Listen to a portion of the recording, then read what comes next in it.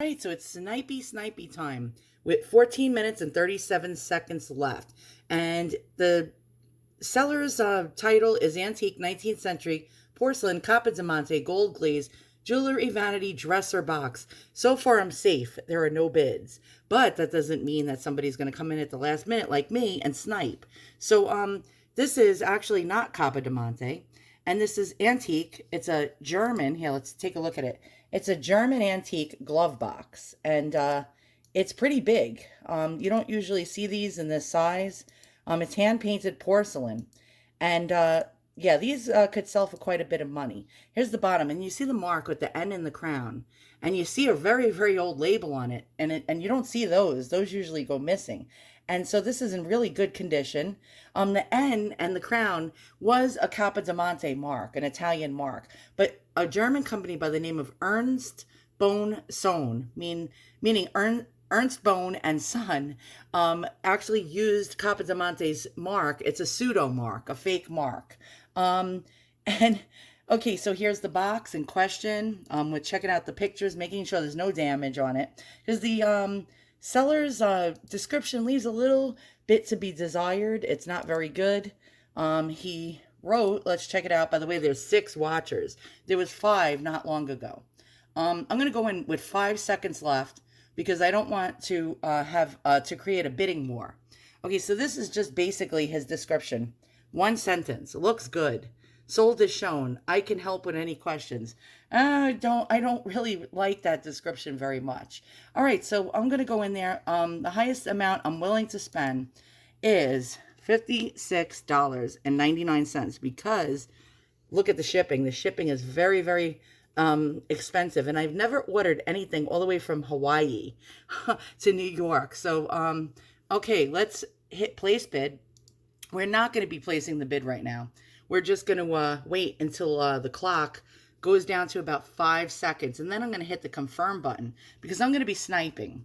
Now, hopefully those 7 watchers don't turn into 7 snipers. So we'll see what happens. Really fast, I just want to show you Ernst Bone Sohn made pseudo or fake Coppa Diamante boxes, probably about 1900 to about 1920. Here's some of the prices they sell for on eBay. Now, on a specialized website, they sell for a lot more money. The bigger they are, the more expensive they are. These are examples of smaller pieces of Ernst Bone Coppa Diamante style boxes. This one has a auction going on. That one I'm watching. But yeah, so these are like the eBay prices. All right, so why am I gonna put a bid in instead of $50? Why am I putting in a bid of $56.99? Because round numbers really don't get you to win. For example, if I put $50 with nothing, no cents, nothing. So most people will bid a round number: $30, $20, $25, $50, $45. So you go, if you're willing to pay 50, you'll be willing to pay a couple of more dollars. You know what I mean? That'll help. The extra 6.99 or $6.99 will actually help you. So if someone bid $50 on this, generally the next increment would be 50 to 50. So by going a few extra dollars above a round number like $35, $50, $45, that'll actually help you to win, even by pennies. More specialized website that sells antiques like Ruby Lane, a casket box or jewelry box or jewel trinket box by Ernst Bone could sell for as high as $1,750. And yes, you could say that's asking price, but I know this dealer. This dealer's been around for 20 years and gets her prices. A specialized website such as First Dibs, which I call First Fibs. It actually is dedicated to the rich and famous and the elite, which actually they get their prices, these dealers on First Dibs. Here's an example of what a seller is selling one of these boxes for on that site. $2,066. Yes, asking price, but they do get their money. They usually, First Dibs will get their money because they cater to the elite and the rich and famous. But now you know, what these boxes generally sell for. If you're going to sell it on a dinky place like eBay, eBay is not a good place to sell antiques. Here's some Ernst Bone figures, and other things like candelabras and stuff like that. But if you're going to sell something like that on eBay, you're not going to make very much money, as you can see here. But on specialized sites like Ruby Lane, you are going to actually get a lot more money. 17.50. Yes, asking price, but they do sell. All right, the time has come. So far, there is 0 bids. That's a good thing, but that doesn't mean that those 6 watchers aren't going to come in and ruin my time, if you know what I mean. Those people are my enemies.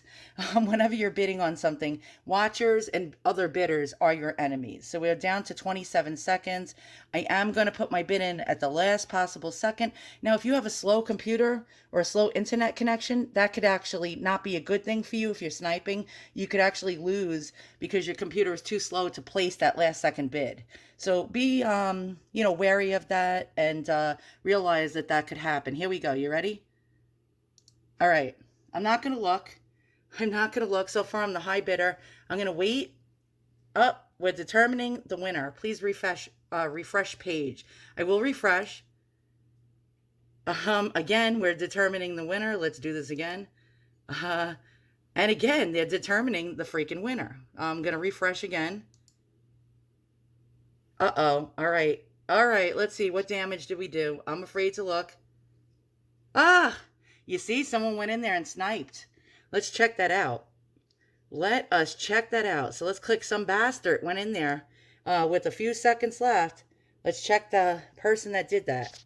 Okay, so this guy, 9 star M, go fuck yourself. Excuse my language. You just cost me money. And look what I told you. Am I a psychic? Remember I told you people bid round numbers? He bid, or she, bid $50 even. And all I did was the next increment up was $51. So just by going above a round number, you can end up winning by as much as a few cents or $1 or $2.50. So by doing what I did, that helped ensure that I won this. Now I'm a little suspicious that this seller actually isn't what's called shill bidding. I don't get a good feeling about this. Let's click on that person who bid. Some people do shill bid. Now, yeah, I have a feeling that this seller is shill bidding on his own auction. He wanted $50 for that item.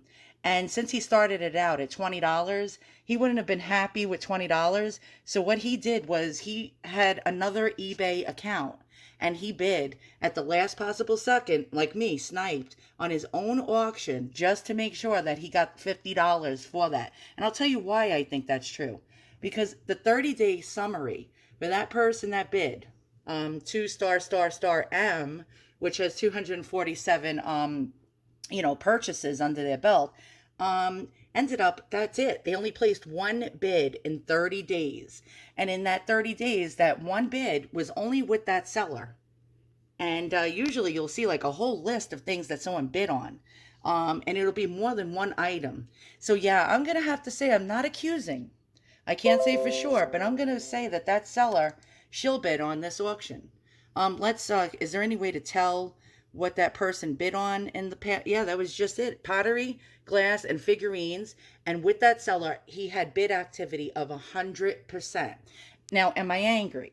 Yes, I'm very angry. I could have gotten that item for $20 with $16 shipping and a little bit of tax that I would have to pay on that. Now I'm going to have to pay big bucks because this seller probably shill bid on his own item.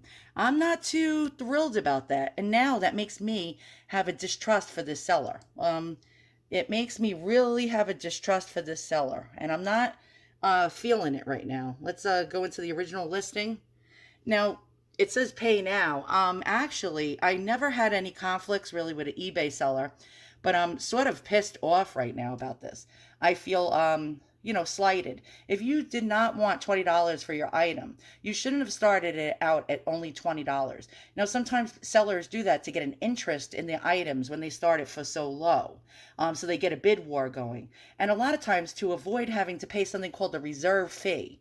A reserve is when a seller, for this example, wanted $50 for the item, but starts the item lower. They had to pay eBay a couple of dollars to put a reserve price on their listing to make sure they would get $50.